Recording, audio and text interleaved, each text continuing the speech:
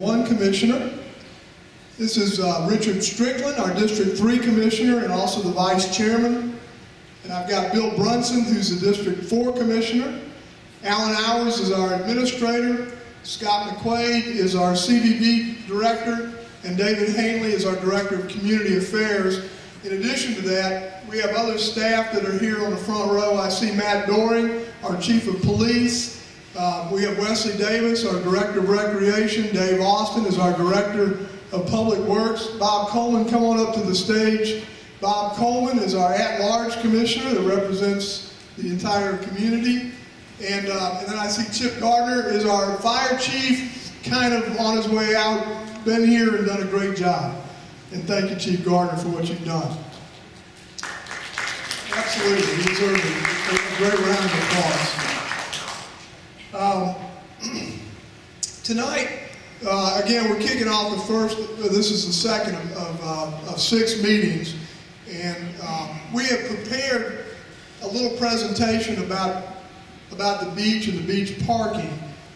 It is probably one of the more controversial issues, but I would suggest to you guys, and one of the things that came out, this is something that's been going on for years. This isn't a new problem, and it's something that we, even before I was elected, between people that lived near the beach, whether they lived in East Beach Homeowners Association or somewhere around the beach, the hospitality industry, the visitors that come here. My wife and I are regular beachgoers. There's a problem with parking at the beach, and it's a real easy problem. We don't have enough. So as a result, we have been talking about this for a couple of years.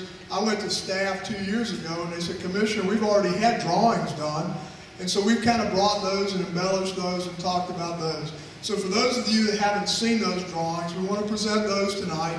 It'll just take a few minutes, and then after that, we'll talk about the issues and what you guys want to do in terms of beach parking.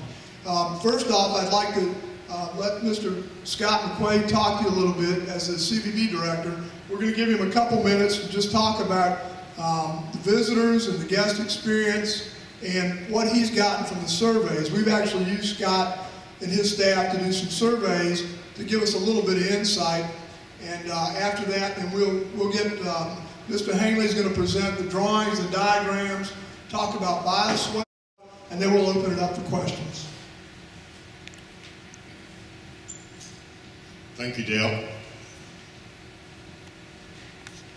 All right, I'm going to stand over here so hopefully everyone can see the slides, and I'm going to present a little bit about the data that Dale had mentioned. But first I want to tell you a little bit about the Convention and Visitors Bureau. And in the town hall, not the town hall, the homeowners meeting that we attended last night, I noticed that there was some confusion, so I'm going to try to address a little bit of that tonight. But first and foremost, the Convention and Visitors Bureau is a private nonprofit agency. It is the benefactor of a portion of the lodging tax that comes through the county. So when anyone comes into our county, very similar to pretty much everywhere else in the country, they're charged a lodging tax, and 50% of those lodging taxes come back to the Convention and Visitors Bureau, and those are used to stimulate tourism, particularly overnight visitors to the area. So along with that, we have a 10-member board which is made up of hoteliers that represent all areas of Glenn County, from the mainland as well as the 4 islands.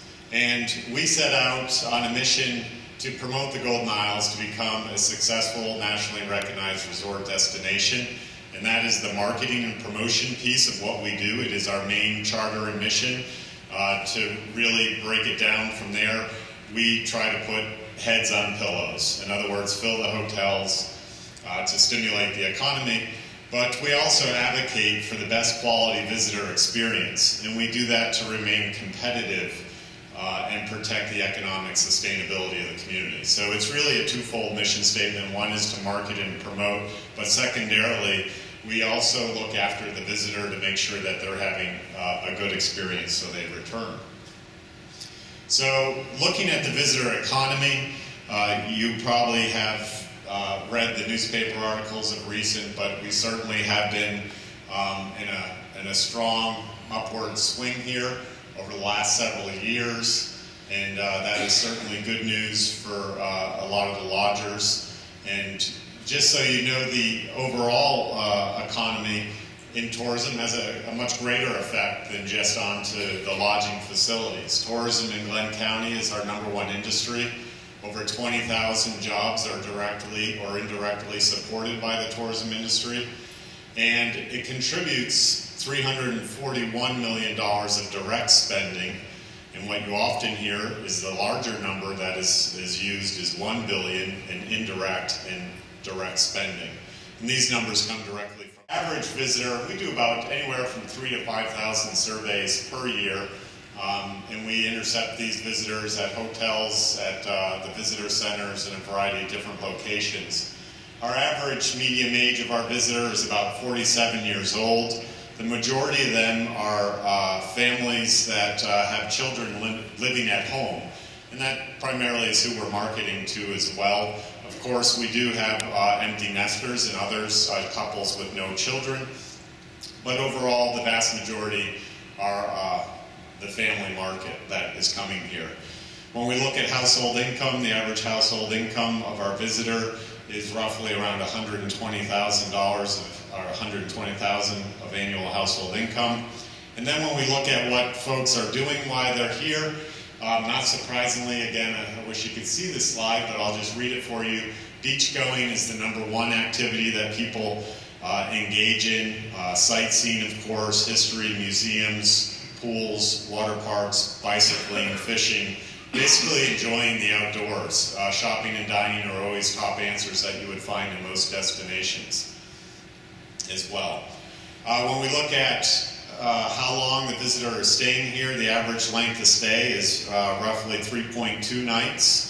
And also when we look at where else they considered visiting prior to coming here, some of our top competing destinations include Savannah, Charleston, Hilton Head, St. Augustine, Amelia Island, so on and so forth. When we asked visitors what were their most positive impressions of why they came to the area, overwhelmingly people are saying that it is the laid-back feel. 78% reported that. Scenery is traffic. So as I hear people complain about traffic, and as I hear people saying, you know, what we need to protect, I would tell you a lot of our overnight visitors are saying those very same things, and that they do share that sense of value that many of our residents do. Thank you, Scott. Next up, Mr. Haley is just going to show you the diagrams of what the potentials could be for a parking lot if it were done. And with that, and we've received numerous complaints from the adjacent neighborhoods, both to the north and to the south, about the overflow into their areas. This is an aerial view of what we've got out there. Right now, we've got a mixture of dirt and some grass. This is the parking for the museum currently. This is the restroom facility and beach access area in that area right now. This is in a dry condition, and anyone that's been out there has gotten dirt on their car, and on a windy day, it becomes kind of a dust bowl situation out there with that current parking lot, because it is hard packed and it has got a surface on it. It transforms pretty quickly into this facility, which is underwater. That is not snow.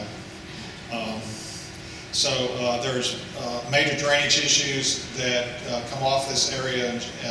We have done a berm in this background area here to try to limit the amount of water that comes off this parking lot that goes into Coast Cottages. But they have experienced flooding that comes off this parking. So one of the major design elements for this parking lot redesign was to control the drainage in a responsible way. This is a configuration that's proposed for Coast Guard. This is the museum proper here. This is the volleyball court. This is the restroom facility I showed you. And this is a rebuilt of the beach access in its current location. This is surface parking that would be paved and striped off because if one of the goals is to try to provide parking spaces to pull the visitors that want to come to the park out of the adjacent neighborhoods and provide on-site parking for them, you need to have a hard surface that can be striped and controlled. And going through these areas, you're going to see these green stripe areas. These are bioswales that we will be using to capture that storm water that I showed a picture of, and it will provide infiltration to them before it's discharged in the marsh. We discharge out this way to the marsh area. What a bioswale looks like in cross-section is you have parking areas on both sides. You have a depression dug. You fill this area with water during storm stay. There's a root mass that takes up all the bio things from the oil and gas and everything, the pollutants that get into there. It filters it down through, and the discharge is down in through here. And below the discharge area, there's a recharge area where we would recharge groundwater in through that area. There was an extensive landscaping done as part of these areas, and it also provides a visual divide for the parking lot, so it's not a wide open parking facility that you see now. This is what it looks like in plan view. This is just an example. There are no current detailed plans done for this facility. We're here to get input on these facilities. These are concepts about how best to handle it. In reality, this is what it turns out looking like. You have your trees. You have a mass going down through the center area where the water is trapped and filtered through there before discharge. And this is a more southern view of showing it with the palm trees and the grasses incorporated into the facility. This would be typical for those green areas coming through that area. In Massendale, I will point out, since Commissioner Gunn is sitting in the front row, yes, there were some trees shown on this one that were to be taken out, and Commissioner Provenzano committed last night that we would not take them out. So this plan is conceptual only, and it will be changed before it is done, and will not take any trees out. So The estimated cost for Massendale is about $2.1 million, and the same application, the same thought process would be considered. Number one, does it make sense to improve the parking lot and adjacent structures at Massendale? If it does, then how do we pay for it?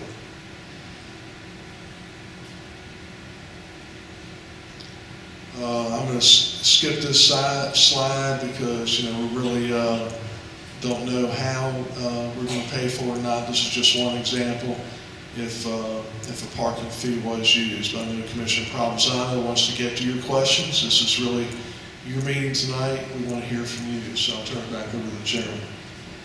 Thank you, Mr. Howard and staff. Mr. Austin and Mr. Davis, if I can get you guys to help, instead of having everybody come down to the mics, maybe I'll take an aisle and take the mics up to the people. Anyway, we want to hear from you. This is a proposal that the staff has presented to the commissioners, and after we got the proposal, there's obviously a lot of questions. We've gotten a lot of emails. We've listened, we've heard, we've tried to address a lot of the issues, particularly as it pertains to runoff and the storm water. But Glenn County, it's our county, it's our beaches, it's our parking lots, and we need to hear from you and your ideas and your suggestions. You've got almost all the commissioners here that can address any of the questions that you have. The one thing that I think everybody kind of agrees with is we do have more people trying to park on East Beach or the two parking lots that we have, Massendale and Coast Guard Station, than we have parking spaces for. And we'd like to fix that. And we'd like to fix that makes sense for everybody. So with that, please raise your hand if you've got questions and let's talk.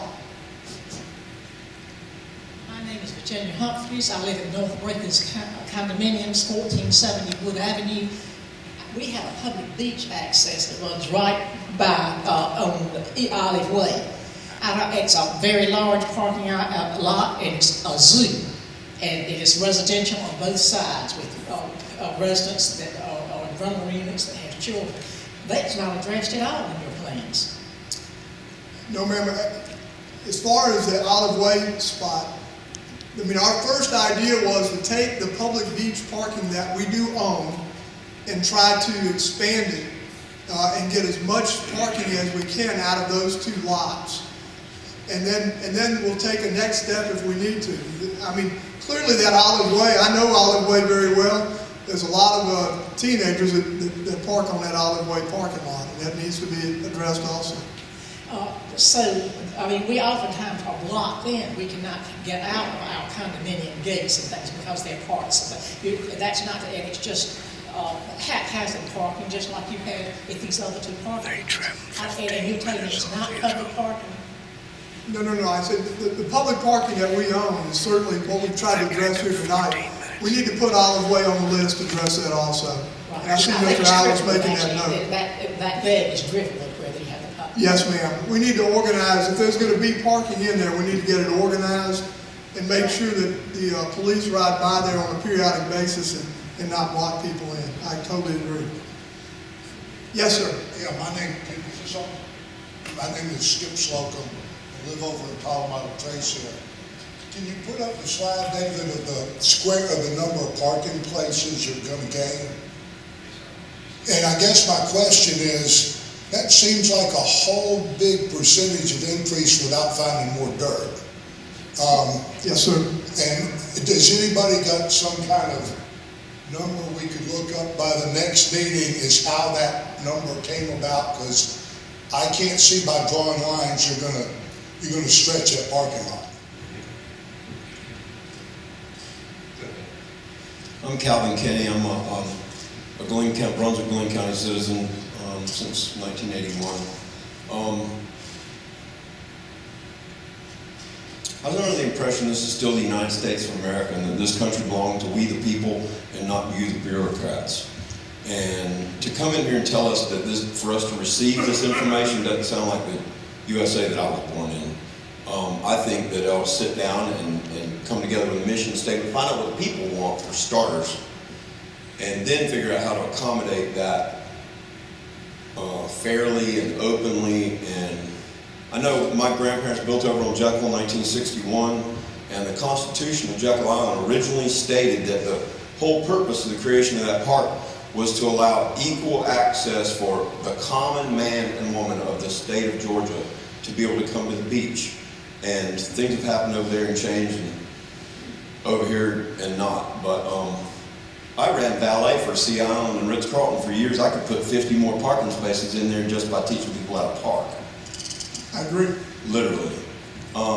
Converting the limestone parking lot to a paved parking lot that's 120 plus degrees surface temperature is my idea of a nightmare.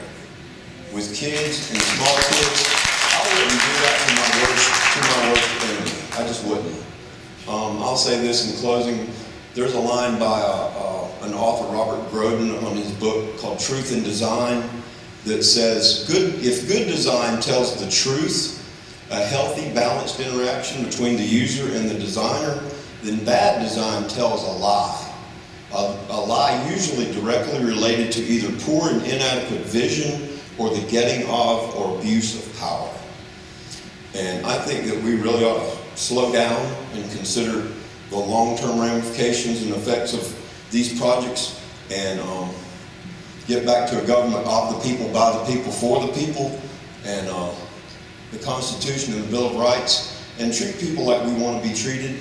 And I see and have heard so many folks over the years say, oh, I love St. Simon's, this is the most beautiful place. I wouldn't change a thing until they move here, and they want to change everything. Well, this is Mayberry by the Sea that I grew up on, where folks were friendly and a Christian-based culture, and folks were amiable to one another, and they have a drug, alcohol problem and a littering problem out there. And I think those issues ought to be addressed too, and recycling and lots of other stuff. But I really think we ought to get back to square one and find out what the people want first and foremost, and keep this at the realm of an open forum before we start talking about receiving information and data and stuff. Because I know in the skate park process, they charged us, we paid $300,000 for a skateboard park. They spent $60 on the park and $230 on the parking lot. Welcome to the Good Old Boy Club. And that is how it works, and it is it's tantamount to organized crime on a level, and it gets old. And the common man or woman in this county, in this state, in this city, are sick and tired of getting pushed around by bullies. We're tired of it. And folks are going to listen, and we're going to return this state and this community and this country to a democratic process, or we're coming for you. Thank you for hearing my voice. Thanks, sir. Mr. Chairman, Commissioner, staff, I, for one, think... Go ahead and state your name, John, for people. Oh, John Dow, St. Simon's Island. I, for one, appreciate this forum because I think this is what you're looking for, what we're all looking for, and that is not having the bureaucrats decide, but letting the people speak. Having said that, and I don't want to debate the issue if paid parking or paid parking is going to push people further into the neighborhoods or not. I think that's a valid point, but not the issue tonight. My opinion, for what it's worth, whether it is paved or lime rock, you're still going to have inefficient parking by large vehicles, people just not obeying or being respectful. It would seem to me that we could accomplish the same thing by a surface other than paving or concrete, and I'm talking about primarily lime rock that is rolled, graded. You can, with the right compaction, you can create drainage. And I think what you can do in lieu of striping is use bumpers, drive them in with rebar. You could get essentially the same count as you could with paving and striped, and maybe not exactly the same, Mr. Chairman, but when you're looking at, and I'm not sure if the numbers, I heard 2.6 and 2.1, so it's 4.7 million for the two.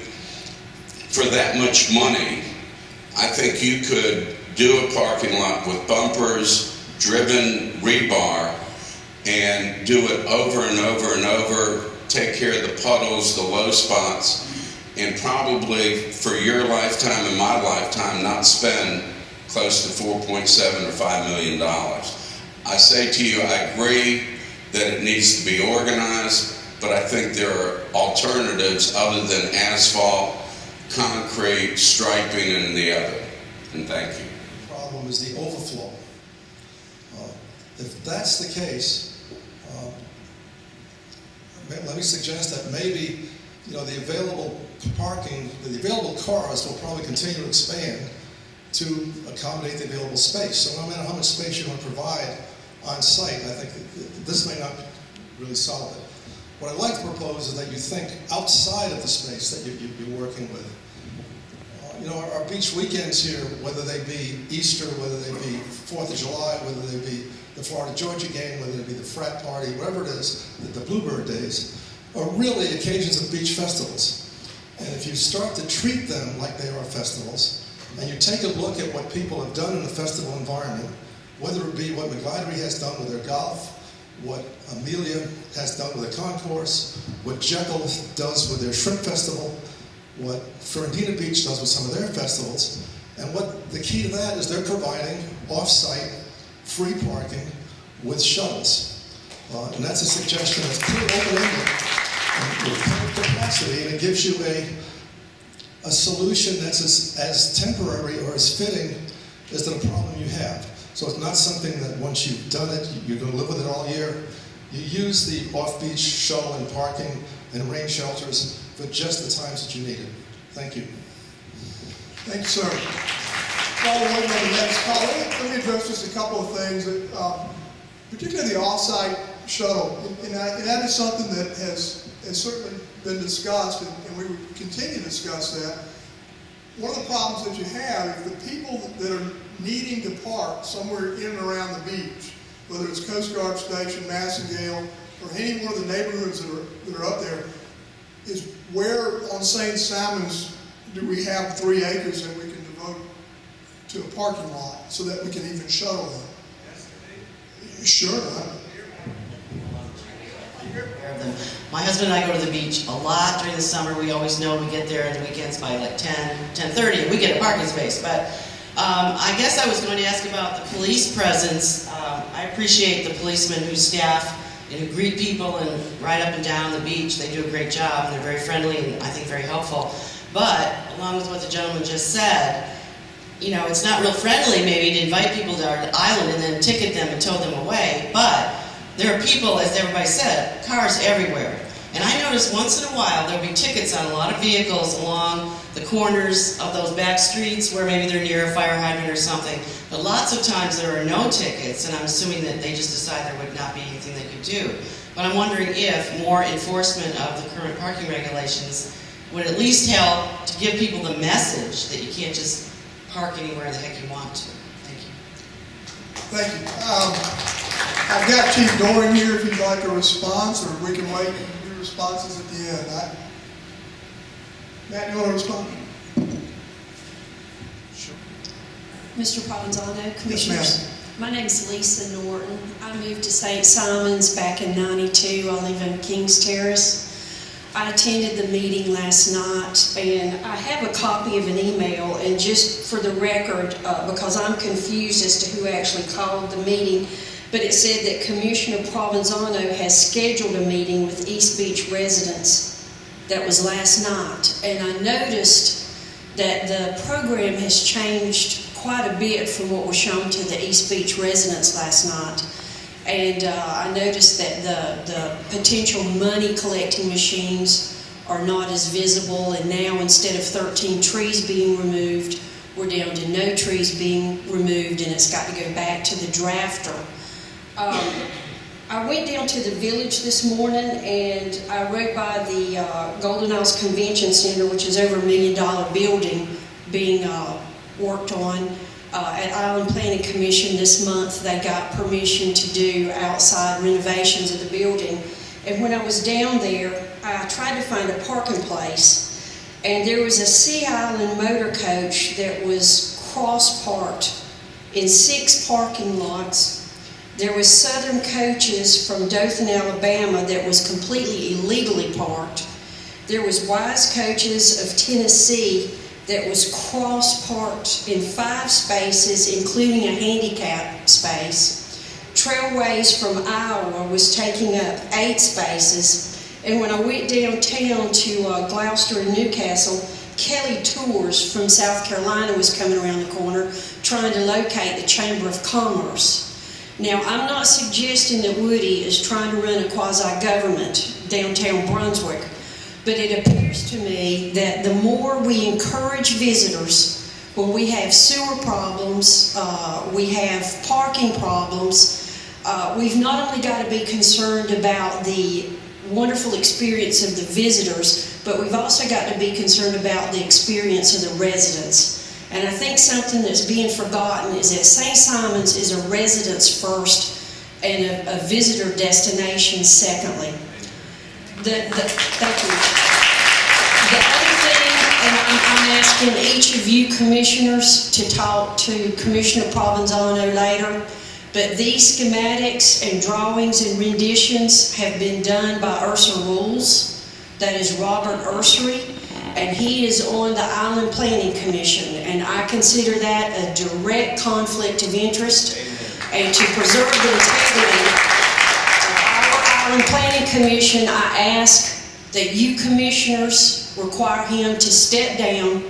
And Commissioner Provenzano, that is not the way to conduct business. That's inside trading, and it is not correct. And I ask that that posture be corrected. Thank you.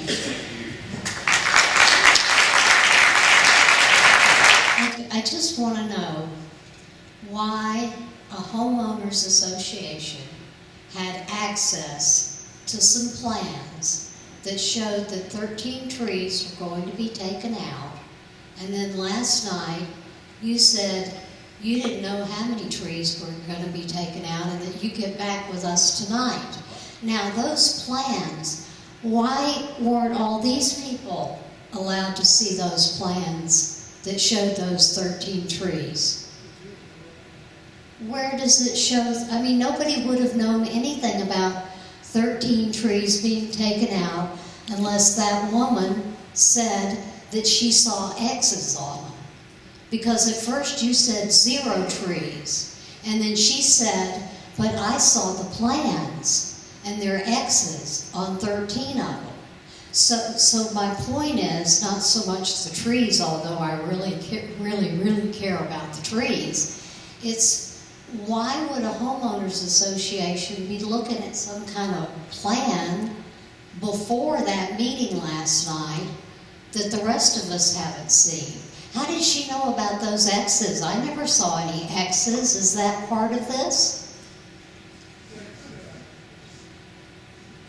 Commissioner Gunn, these plans they're not really plans, they're drawings. They're not hidden. They've been circulated for 4 years. We've discussed them in our work sessions.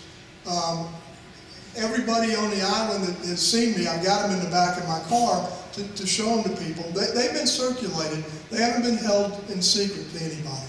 Now, the fact that on the Massingale Park, on the master plan there, again, these are drawings. They're not architect. They're not, certified, getting ready to go out to bid plans. And we did not notice, I did not notice, and I don't think any of the commissioners noticed when these have been up there, that there was an intention to take trees out. So when that was brought to our attention last night, as David mentioned earlier, once you guys brought it to our attention, they're going to have to redraft that. I mean, if it's the will to go forward, which I don't know that it is, we would not accept a plan that had 13 trees taken out. What? I'm Julian Smith. My wife and I enjoyed a home on St. Simons for almost 25 years. And we fell in love with the island because we went to the beach one weekend. We arrived on a weekend when we couldn't even find a motel room on the island. And we came back the next morning, spent the day, and decided to move here. I want to talk briefly about kiosks. I'm on the town council in a little city up in New Hampshire where we recently, a few years ago, started putting in parking kiosks. And I can't tell you how many complaints I've had from citizens who see me in the grocery store, the library, and so on. They hate the kiosk. And that was partly a result of some bad mistakes that our town made. We made it possible for about 2,500 more college students in this university town to move into the downtown area and take up our parking spaces. And we've been jumping through all kinds of hoops. Now I'm standing here up front so you can see me, because you can be seeing more of me, because I'm retiring here soon to spend most of the year here. And by the way, I may speak like a Yankee, but I grew up in Louisiana in a little town with a wonderful river with a sandy beach right across Lake Pontchartrain from the city of New Orleans. And in 1957, when the state built a 16-mile long causeway across Lake Pontchartrain, the parking in our little town State Park beach got very, very tight, and the town of Covington, Louisiana has not solved the problem because it's an insolvable problem that comes with the territory of being successful in getting tourists to come to your community. We want the tourists, but we don't want some of the solutions that are being advanced for us. I was at the unannounced, unofficial, sort of private meeting in the casino yesterday, and I want to thank you all for getting to the public comment period much earlier, about 25 minutes earlier than last night. And late in that meeting last night, I asked Commissioner Provenzano to be sure, before the meeting was over, to get a sense, by a show of hands, by a voice vote, get a sense of how many people in this room want to see paid parking at our beaches, want to see all of this paving, et cetera, et cetera. We've heard a wonderful presentation, and I think really an unnecessary presentation. It could have been much, much shorter. And I hope at future town hall meetings on this issue, they will be shorter. But I hope, Commissioner Provenzano, before this meeting is over, you will ask the town, which we're not, to tell us what they want. Thank you.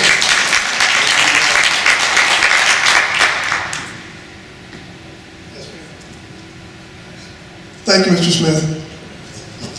To say that I'm getting a very strong impression that the reason you want to pave the beach parking lot is to alleviate the parking problem on East Beach. I feel for the people on East Beach. I understand their problem. But what you need to do is make it possible for the police to address that problem. You need to put up signs that say that cars will be towed if they're blocking private property. And you need to have those signs at the entrances to each beach, East Beach. There's no reason that these people should pay with their privacy and their security of their home for people who want to park free. I feel for them, I understand. And I understand about the people in the coast cottages that are getting all the runoff. Runoff does need to be treated.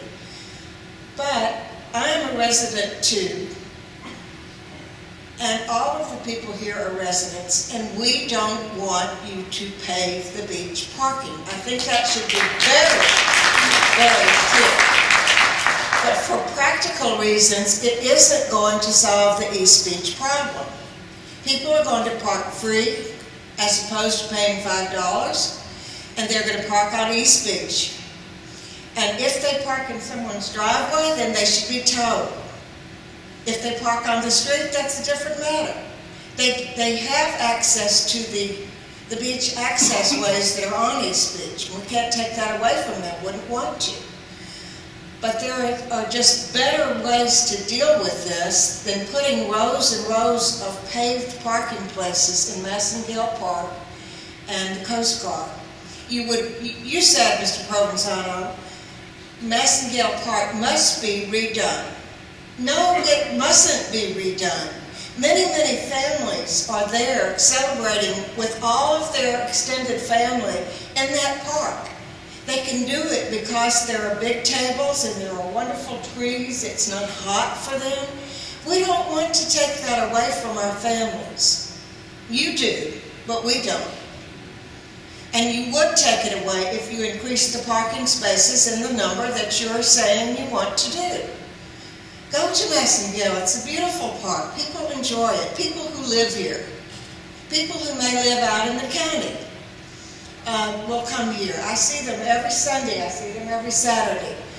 And as for the high demand numbers that you had on your chart, that is August. Even if I give you your calculation, which is 60 days, it's not 365 days. We don't need massive overkill, and we don't need to spend $4.5 million that we will not get back from parking fees. So please, as the lady said, listen to us. We're your taxpayers. You're in office to serve us, not to push us around. I'd just like to thank all the commissioners for coming out tonight. It was very kind of you to give up so much of your time to listen to our ideas and how we think you could do a better job for us and the entire community. Commissioner Coleman, I'd like to thank you specifically for all that you've done for animal control. You've been a good advocate. It touches my heart, I'm sorry. Commissioner Provenzano, thank you for having all of these town hall meetings, even the one yesterday that we're not real sure what it was. It could have been a cocktail party if there had been some hors d'oeuvres, but there weren't. I don't think this is a good idea. And the reason is because this island is known for being quaint. I think that is the operative word that we should all take home with us, all of us. This is a quaint island. We want to remain quaint. I think it's pretty cool that Mr. McQuaid has done such a great job of promoting the place. And you know, we're in every magazine all over the world. Come see us. So they're coming, and we've had enough. We don't need any more. They've come, they know it's here, they're gonna come back. You can take a break, you can stop promoting, and if anything ever has to be done, then it should come out of the hotel motel tax. Because they're the dudes that are bringing the people here that are leaving the garbage. But I just hope that you'll consider this, and I hope that you will listen to your constituents. And I hope that, unlike last night, you will not smirk when well, actually, you mentioned it, the petition. The petition to stop and don't pave over Paradise. You mentioned